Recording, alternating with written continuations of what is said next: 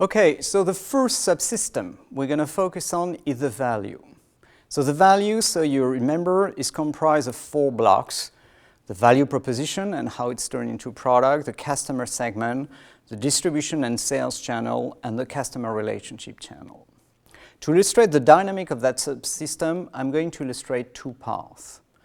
How you can turn a core asset into a new value engine, and second, how you're going to identify within that subsystem new areas for creating new value engines. First path, how you can convert an existing core asset into a new value engine. This is very beautifully illustrated by the story of Lyell. A very non-technology business, but it does make the point extremely well. Now, Lyell is a very old French knife manufacturer. A few years ago, the business was in a very bad shape for a very simple reason: competition coming from Asian manufacturers, very low cost. So the price were going down.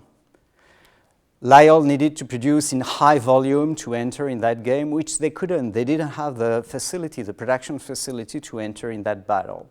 The business was indeed in a very bad shape. The company was close from bankruptcy.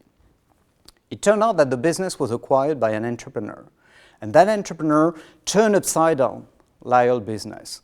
He identified a core asset that was undervalued. That core asset was the know-how that had been accumulated for about a century of production. And he identified, facing that core asset, a high-end segment, people looking for luxury, unique product. So he actually remodeled Lyell business.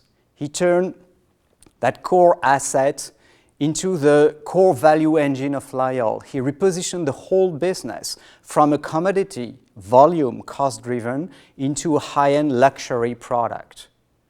So that core know-how turned into brand value. Even limited production facility became a source of value, because in the luxury domain, scarcity is actually a source of value. They started to produce unique knives that they started to sell at very high price. And this is how Lyell was saved. The second path is about finding new value engines.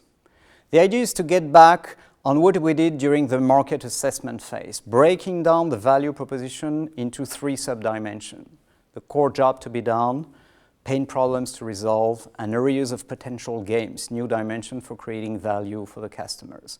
And the idea is to enlarge that perspective that was initially built by Alexander Osterwalder in his last book, Value Proposition Design. So what we're going to do here is enlarge that perspective throughout the entire usage ecosystem, going through what it takes for a customer to buy the product through the whole buying cycle, learning about the product, buying the product, getting it delivered, unpacking the product.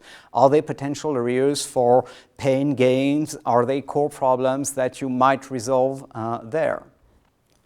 But also analyze usage a long time. What happens when your customer get the product, learn about using the product? How do you keep your customer engaged throughout time in using your product? Also, that dimension may raise some potential areas for identifying problems to resolve, potential pain or potential gains to add. And also analyzing the entire usage ecosystem. Your product might be complemented by additional sub-product, additional services, same thing that might lead you to identify potential problems, potential gains, potential pain problems. Second example, Nespresso. It's very hard to talk about value innovation, that value subsystem, without talking about Nespresso. That is really the cornerstone example. It all started probably something like 10 or 15 years ago, I can't remember, maybe 20 years ago, from a technology that was developed in Nestlé Labs. It was a technology for producing high-pressure coffee machines. But what Nestlé did is not building high-pressure coffee machines.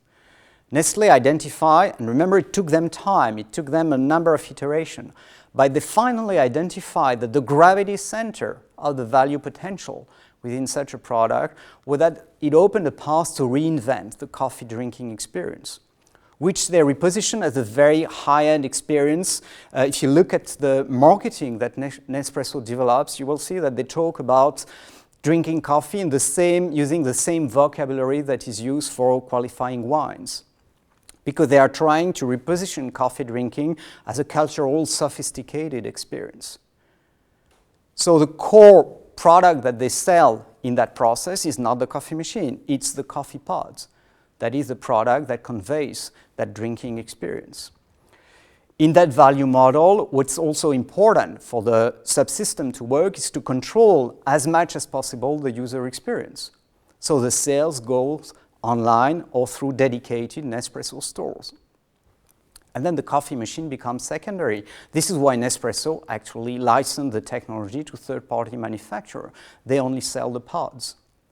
But it had such an impact that if you think about it, the price at which Nespresso sells coffee pods is on average 8 times more expensive than coffee. Can you imagine about product innovation where you're going to sell something that is close from a commodity 8 times the market price?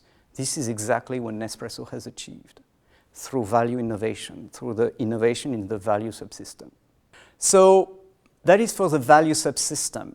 So think about it, it's about how you're going to reorganize the 4 core components, the value proposition, the sales channel, the customer relationship, and the target customer into a dynamic that will allow you, again, to build a long-term and fair, sustainable competitive advantage by identifying new value engines within that space or identifying core assets that you may have or may benefit from in your organization that you can turn into a value differentiator and unfair competitive advantage.